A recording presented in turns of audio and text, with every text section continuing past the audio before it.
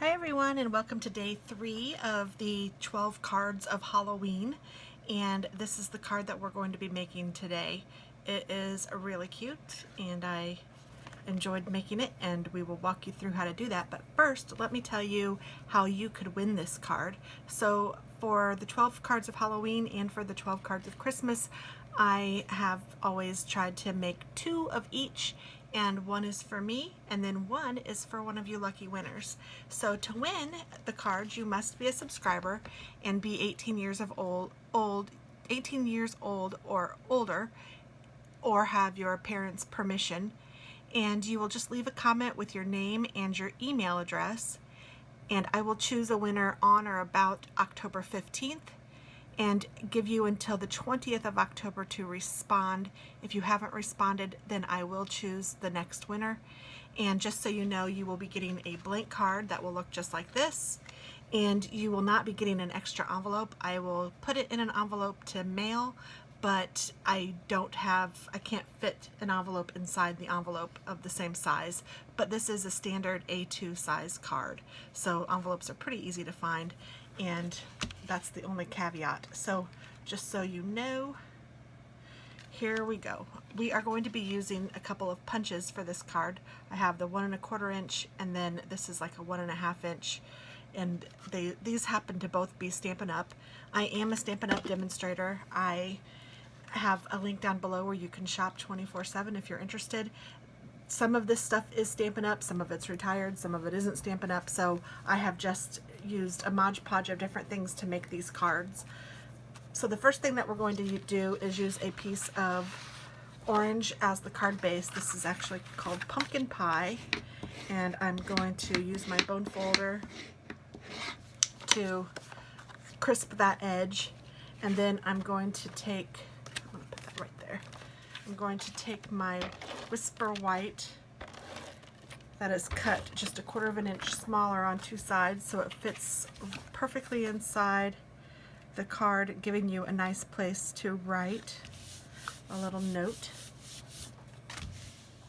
And then we have 3 pieces of designer series paper, each one a little longer than the other, or each one a little shorter than the other, however you want to look at it, and they're going to go on this card like that.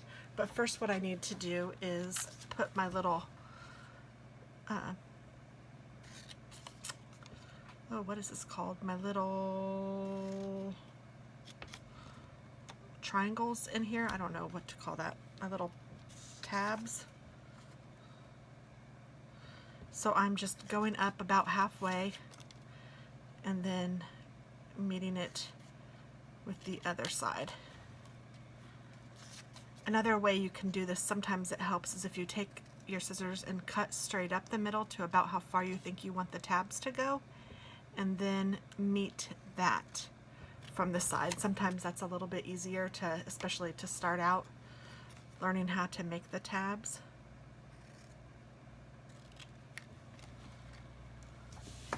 And these designer series papers are double-sided. These are retired from last year, but you could use whatever side you wanted, but I picked these 3 because I like those the best.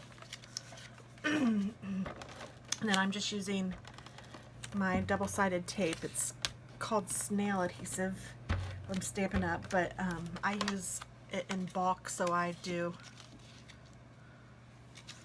it in my ATG gun.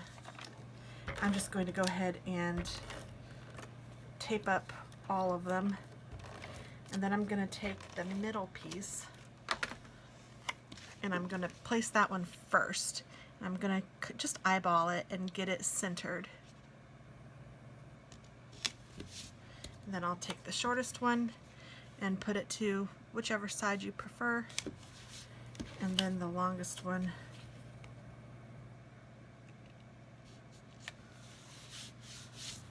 there we go. And then I'm going to take my twine, and this is just baker's twine. I'm going to hold it here, and then I'm going to wrap it around twice, and then I'm going to try to kind of even it out a little bit. And I want my bow to be more toward the left side of the card. So I'm going to pick up the bottom so that I can kind of tie this around it.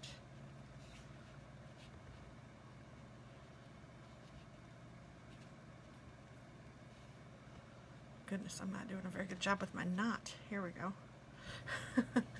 Now I'm picking up the bottom, going around. There, now I have the bottom. And then tying the knot again. And you can do these however you want. Sometimes it's kind of fun to separate them a little bit. It's kind of twisted in there, but that's okay. I think it looks pretty cool. And then I'm going to try to tie a knot with what's left of this twine, or a bow. Well, try being the key word here. Sometimes it's not very easy to work with.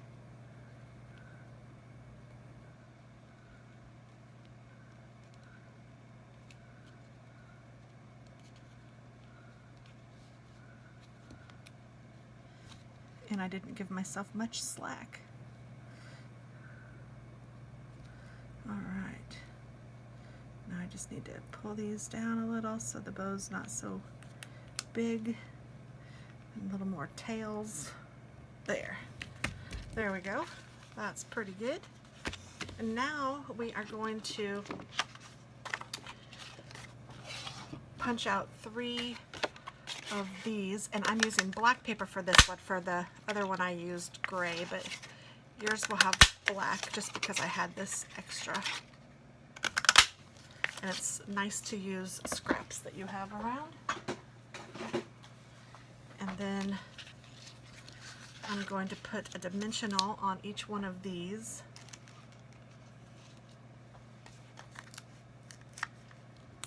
And this will just make them pop up just a little bit. I'm just doing one about centered. And then for these, I'm going to use the Bitty Boos stamp set from Stampin' Up, but it's from 2001, so it's an older stamp set, but I really like it, so I have just kept it around. And I'm going to use my black ink, and I'm just going to stamp each one of these on the white. Ooh, I may not have gotten that in a very good position. You need to make sure that you give it enough room to cut the circle out around it.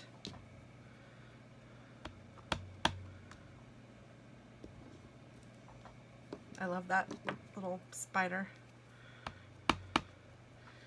They had all sorts of choices to choose from in that set, but I don't know why I chose these 3, but I did because I liked them. I'm just cleaning these off.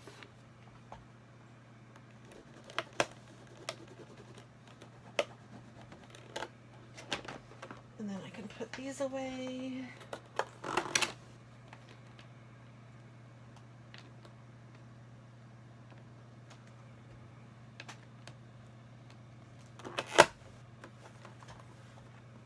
And I'm going to take, oh, well, I guess I won't use this one yet. I'm going to take this and punch out each one of my figures. Just kind of centering them. Oh, I guess this one did work. So then I have an extra witch if I want to use it for something.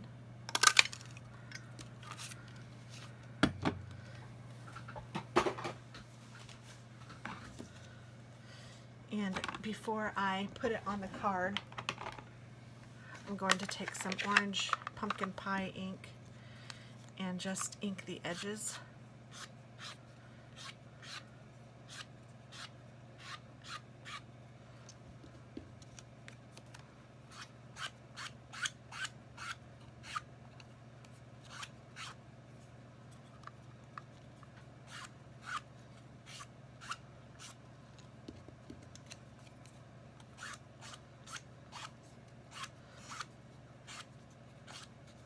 You could use a sponge dauber to do this as well.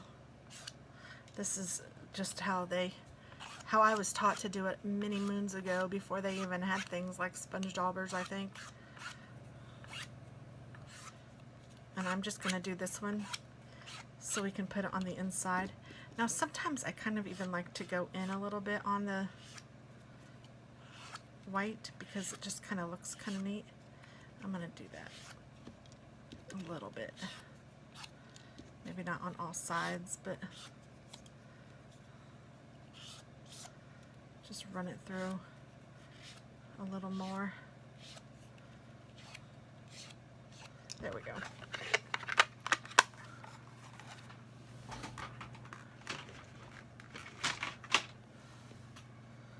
And then I'm going to take my snail adhesive and just put it on the back of this. You could even use dimensionals for this too if you wanted this to be raised as well. And then I'm just going to center each one of these in the little flower, which I guess I shouldn't call it a flower since I'm using it for something Halloween-y.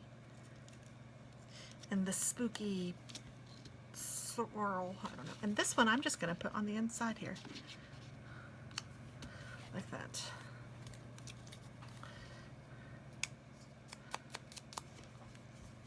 Alright, so then now you can put these on whichever one you want.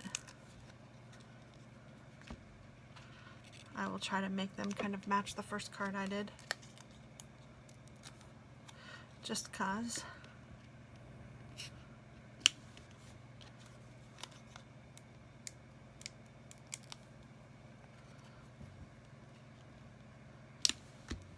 And there we go. That is card number 3. Goodness, I can't get those up. Come on. And I think it turned out really cute. Yay! So again, you must be a subscriber. Leave a comment with your name and email, and I will choose a winner on or about the 15th, and you will be contacted, and you need to contact me by the 20th, and I will be happy to mail this card to you. This is open to international viewers, or subscribers. Card number 3, I'm going to put banner so that I'll know which one this is in case it gets lost. Of course, I can watch the videos, but all right, there we go. This could be your card. Thanks so much for watching, and have a wonderful day. I'll talk with you soon. Bye-bye.